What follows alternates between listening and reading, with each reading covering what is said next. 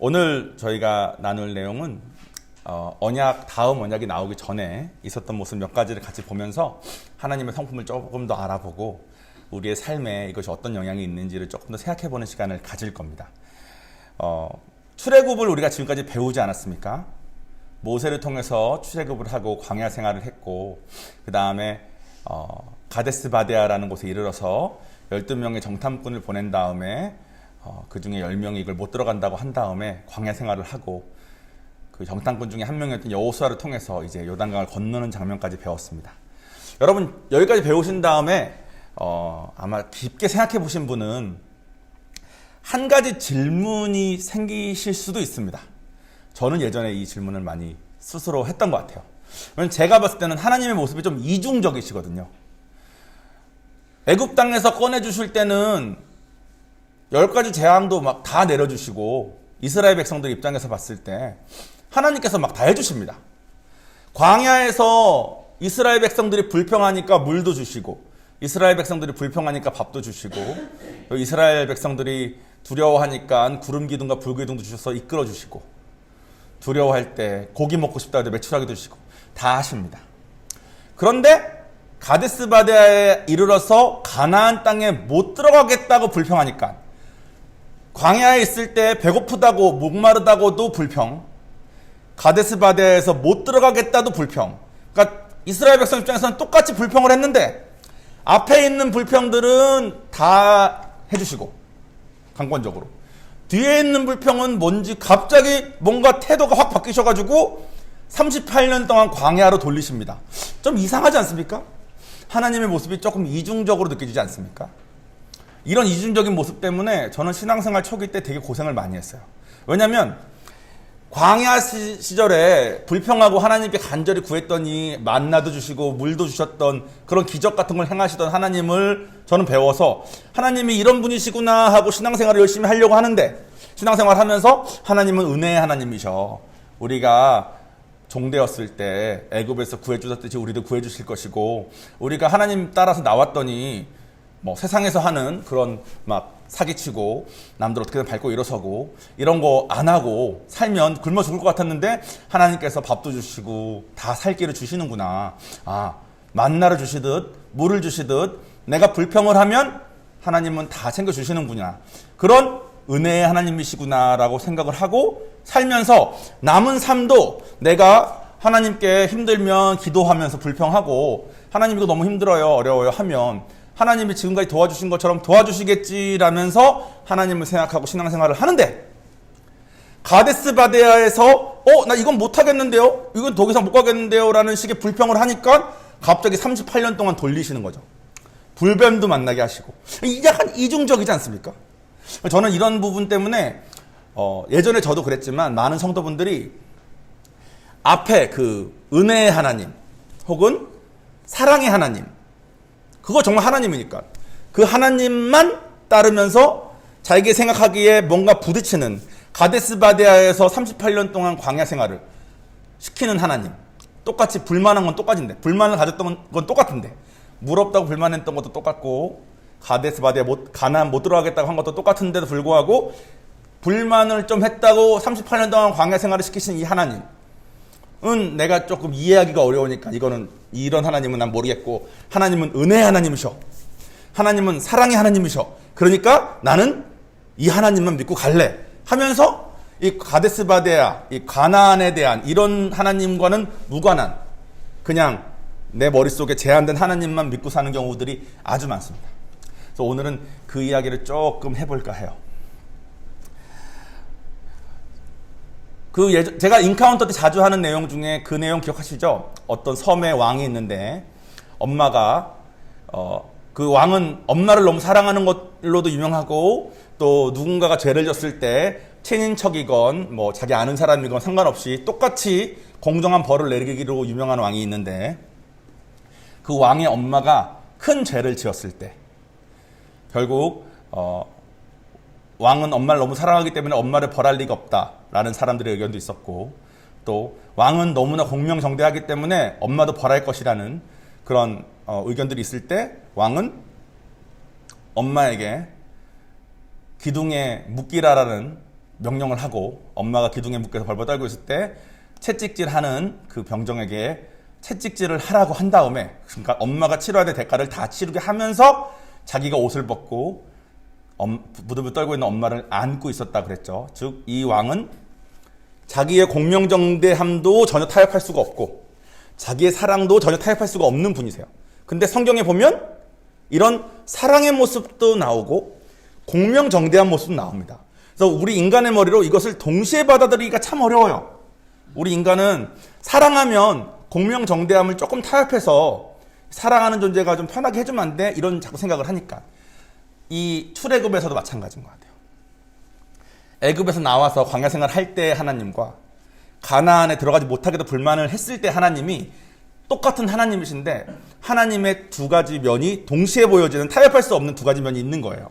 이 두 가지 면에 대해서 우리가 생각을 하지 않으면 우리 현재의 신앙생활도 출애굽에서 나온 것처럼 내가 따라 나왔고 광야에서처럼 내가 기도했더니 하나님께서 나를 먹이시던데 나는 이렇게 계속 살래라는 신앙생활에 갇힐 수가 있습니다. 제가 이 정도 설명을 이렇게 잘했으니까 여러분 오늘 무슨 내용 하실지 잘 생각하시고 한번 들어봐 주세요. 일단 출애굽에 대해서만 간단하게 말을 하자면 우리를 은혜로 구원해 주셨듯이 죄에 묶여있는 종된 우리를 은혜로 끊어주셨듯이 출애굽했을 때 애굽에 있는 이스라엘 백성들을 꺼내주시는 것은 하나님께서 은혜로 하시는 것 같아요. 그런데 가데스바디아에서 가나안 땅을 보여주면서 정복하기가 거의 불가능해 보이는 저 땅으로 들어가라고 하셨을 때 이스라엘 백성들이 그거로 순종을 못하지 않습니까? 그거는 죄에서 꺼내주는 거, 그건 이스라엘 백성이 혼자 할 수 없는 겁니다. 은혜가 필요한 것은 꺼내주시지만 길들여지는 파트는 이스라엘 백성의 선택에 맡기시는 거예요. 타협할 수 없이. 우리도 마찬가지입니다. 우리를 예수만 믿으면 구원시켜 주시는 거, 천국으로 갈 수 있게 약속해 주시는 거, 성령 주시는 거는 하나님이 우리가 혼자 할 수 없어요. 우리 능력으로 못해. 그것은 성령님의 역사하심으로 하나님이 강권적으로 우리를 꺼내 주십니다. 근데 그 다음에 우리가 살면서 길들여지는 문제는 반드시 순종이 포함돼야 돼요. 순종은 반드시 믿음이 동반된 겁니다. 믿음은 내가 이해할 수 있는 영역 밖일 거예요. 내가 이해할 수 있는 것을 하는 것은 믿음이 아닙니다.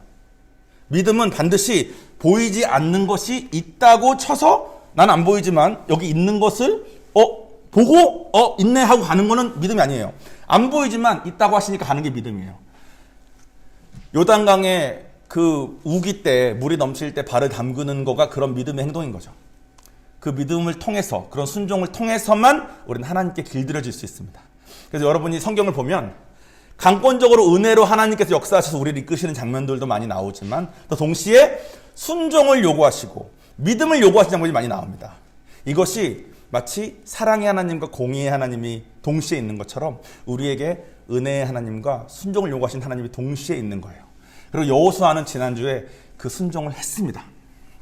오늘의 본문은 여호수아의 순종의 결과입니다. 제가 읽어보겠습니다. 여호수아 23장 1절에서 9절까지의 말씀입니다.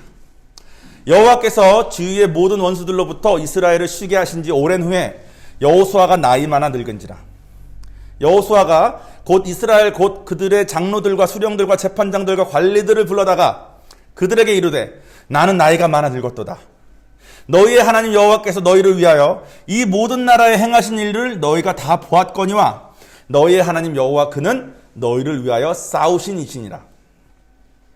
보라, 내가 요단에서부터 해지는 쪽 대해까지에 남아있는 나라들과 이미 멸한 모든 나라를 내가 너희를 위하여 제비 뽑아 너희의 지파에게 기업이 되게 하였느니라. 너희의 하나님 여호와 그가 너희 앞에서 그들을 쫓아내사 너희 목전에서 그들을 떠나게 하시리니 너희의 하나님 여호와께서 너희에게 말씀하신 대로 너희가 그 땅을 차지할 것이라. 그러므로 너희는 크게 힘써 모세의 율법책에 기록된 것을 다 지켜 행하라. 그것을 떠나 우로나 좌로나 치우치지 말라. 너희 중에 남아있는 이 민족들 중에 들어가지 말라. 그들의 신들의 이름을 부르지 말라. 그것들을 가리켜 맹세하지 말라. 또 그것을 섬겨서 그것들에게 절하지 말라. 오직 너희의 하나님 여호와께 가까이 하기를 오늘까지 행한 것 같이 하라.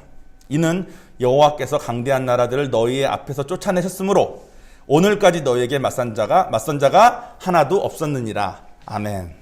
슬라이드 좀 보여주시겠습니까? 자, 이 땅이 제가 갈게요. 여기가 시딤입니다. 시딤. 시딤에서 넘어간 거예요. 요단강을 건너서 넘어간 다음에 정말로 그 거인들이 살고 있고 자기들은 메뚜기 같았던 이 모든 땅을 다 정복합니다. 다 정복하고 조금 남은 데 있어요. 여기 밑에 조금, 여기 조금, 이렇게 조금 남은 데 있는데 그 여호수아가 그래요. 아직 남은 땅이 있다. 근데 기본적으로는 다 차지해요. 다 차지한 다음에 제비뽑기 해가지고 각 지파별로 이렇게 나눈 겁니다. 그래서 이걸 정말 다 차지한 거예요. 차지한 거의 시작은 겁 많은 여호수아가 하나님께서 내가 하라고 한 거 아니냐 해가지고 요단강에 발을 담그면, 언약궤를 들고 발을 담그면 분명히 죽을 게 뻔한데 믿음으로 발을 담근 뒤에 일어난 일입니다. 자, 여러분, 은혜의 삶은 우리가 굶어 죽지 않고 광야 같은 데서 생존할 수 없는데 광야에서 내 옷도 헤어지지 않고 신발도 헤어지지 않고 아프지 않고 평안하게 그렇게 사는 거가 은혜의 삶입니다. 하나님께서 우리를 강권적으로 믿음만으로, 우리가 믿기만 했는데 꺼내주셔서 하는데, 그 다음에 믿음의 삶, 순종의 삶은 하나님께서 허락하신 우리를 위한 계획들이 이렇게 이루어지냐 마냐의 문제예요.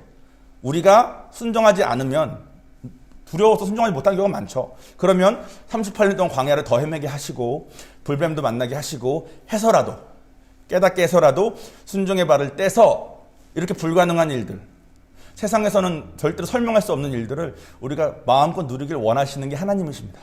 근데 이건 전적으로 이렇게 길들여져서 순종의 발을 떼는 것은 우리의 선택이어야 된다는 거예요. 절대로 하나님께서 강권적으로 우리가 기도해서 우리에게 힘을 주셔서 확 일어나지 않습니다. 그 이야기가 오늘 겁 많았던 여호수아에게 일어나는 일이에요. 그러니까 어떻게 각 나라들을 어떻게 정복했고 뭐 이 얘기가 많아요. 근데 그거는 건너뛰었고 결과만 말씀드리는 겁니다.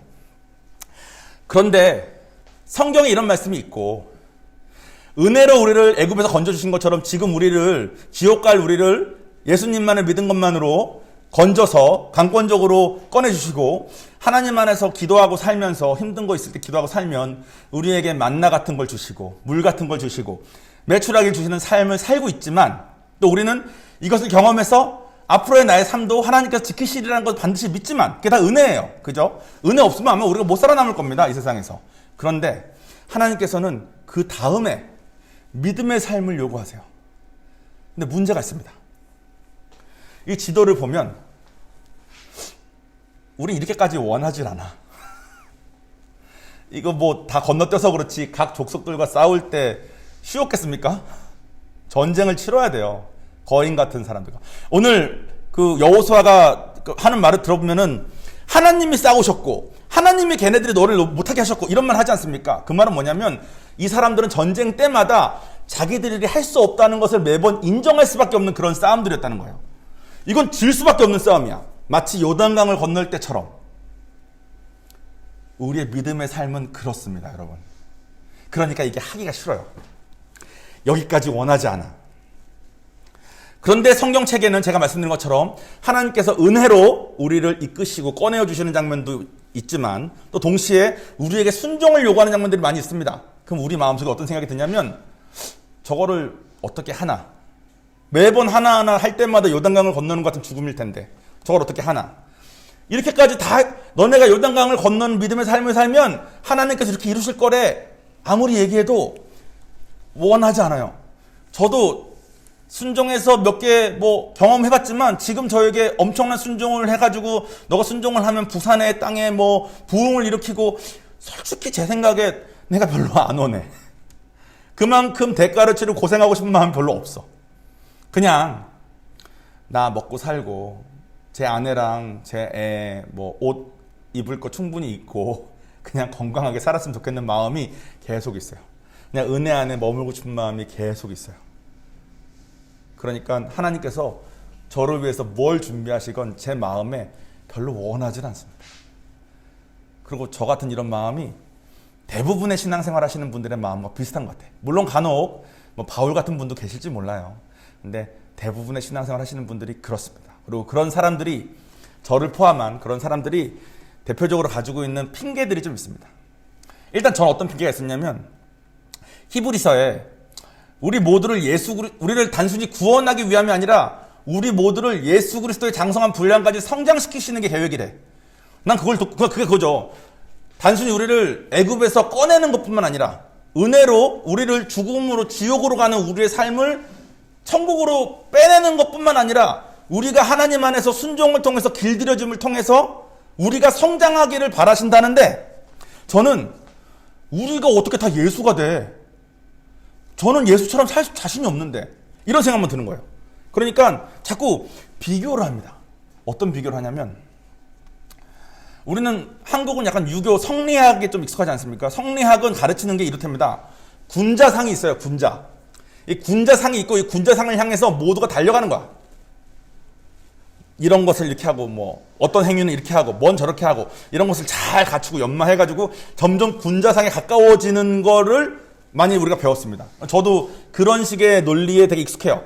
그러니까 예수 그리스도의 장성한 분량까지라고 딱 그러니까 은혜를 받아서 죽음에 지옥에 가지 않는 거가 되는 건 너무 감사하지만 이 요단강을 건너는 것 같은 매번 이 죽을 것 같은 이 순종을 통해서 성장해가지고 거기까지 가는 마음은 안 생기는 거죠. 왜냐면 내가 어떻게 순종을 뭘 해가지고 예수 그리스도까지 가. 그러니까 마음속에 모세는 진짜 많이 이룬 사람, 뭐 여호수아는 뭐 조금 그거보단 좀 덜 이룬 사람, 뭐 이런 생각이 자꾸 들어요. 바울은 뭐 진짜 많이 이룬 사람. 도마는 의심도 좀 많고 했지만 그냥 뭐 이런 사람. 이렇게 하면서 사람들에게 서열을 쭉 정합니다. 머릿속에. 그리고 나는 도마도 결국은 순교까지 당했거든요.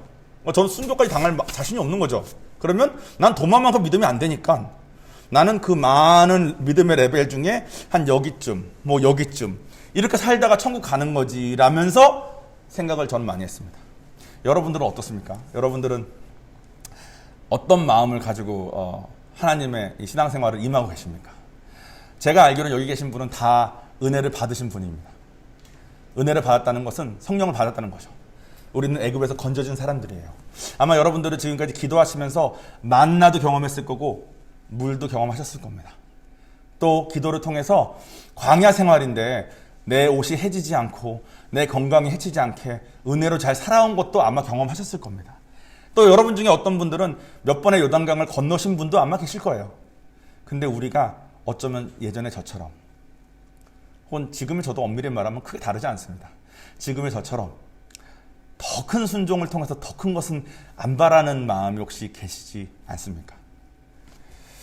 오늘 제목을 보면 모세 대 여호수아입니다. 누가 더 하나님의 뜻을 잘 이룬 사람일까요? 아마 모세겠죠? 예수님께서 누가복음 9장에 보면 기도하시다가 산에서 기도하시다가 예수님이 갑자기 완전체로 잠깐 변하시는 모습이 나와요. 그때 모세와 엘리야와 함께 대화를 하시는 장면이 나옵니다. 막 옷도 휘어지고 막 빛이 막 나면서 제자들이 막 무서워가지고 막 나는 그냥 여기서 뭐 이렇게 텐트 치고 살래요 뭐 이런 말이나 하면서 그런 장면이 잠깐 나와요. 여호수아는 그때 안 나왔으니까 아마 모세가 좀 더 높지 않나? 이런 생각이 저도 많이 했던 것 같아요. 그런데 제가 지금 우리가 은혜의 하나님을 생각하다가 순종을 요구하시는 하나님 생각하면 어색하듯이 저도 그냥 유교적인 생각이 익숙하고 성리학적인 생각이 익숙한 제가 나는 하나님을 향해서 예수님까지 성장해서 올라가야 되는데 모세는 더 많이 올라갔고 여호수아는 그거보단 좀 덜 갔고 나는 그거보다 좀 덜 가고 이런 식으로 서로를 비교하던 생각에 갇혀있던 제가 성경을 좀 더 배우면서 하나님의 원리를 좀 배우면서 깨닫게 된 부분들이 있습니다. 제가 예전에도 설교를 많이 했어요. 예전에 했던 설교들이랑 같이 연결될 테니까 한번 잘 들어보세요. 우리 눈에는 모세가 더 잘난 것 같아요. 그렇습니다. 저도 엘리사보다는 엘리야가 더 잘난 것 같고 바울이 다른 사도들보다 좀 잘났으니까 성경책도 더 많이 남았겠죠. 우리 눈에는 그렇습니다. 근데 하나님 눈에는 조금 다를 수 있어요.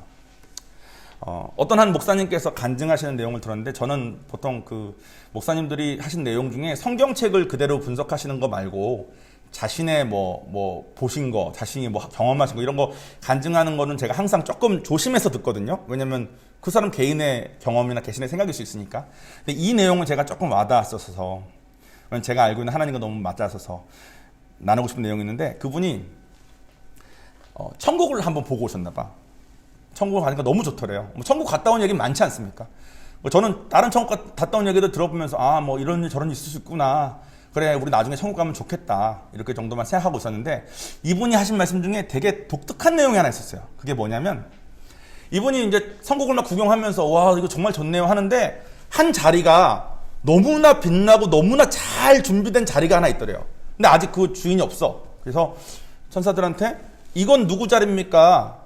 그랬더니 이거는 아직 오지 않으셨다고. 이분은 지금 뭐 하시는 분이십니까? 그러니까 이분이 지금 뭐 하시는 분인지를 보여주시는데, 이분은 어떤 분이시냐면, 제가 이제 목회자가 되지 않았습니까? 저는 이제 목회자가 됐으니까 저는 제 머릿속에 당연히 나는 모세나 여호수아나 도마보다도 밑에니까 제가 하는 이 사역이 뭐 메가철치는 뭐 바라지도 않고 뭐 몇백 명도 바라지도 않고 그냥 몇 명이라도 몇십 명이라도 한 분 한 분 하나님께 가게, 이렇게 제가 그냥 소박한 제 나름의 제 머릿속으로 제한한 제 꿈을 이렇게 가지고 제가 이제 목회를 하고 있지 않겠습니까?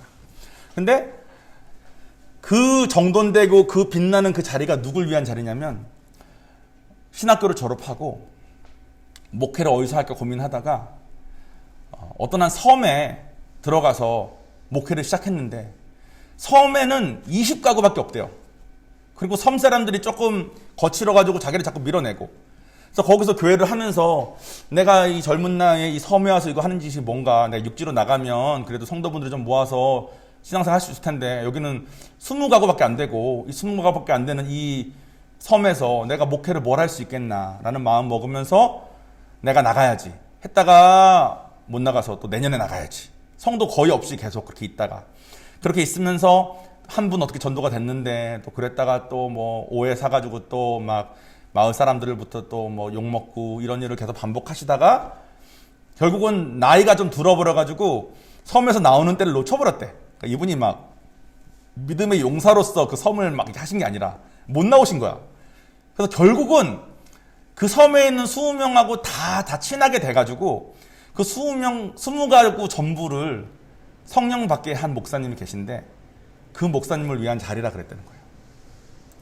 하나님 눈에는 아무도 전할 것 없는 거.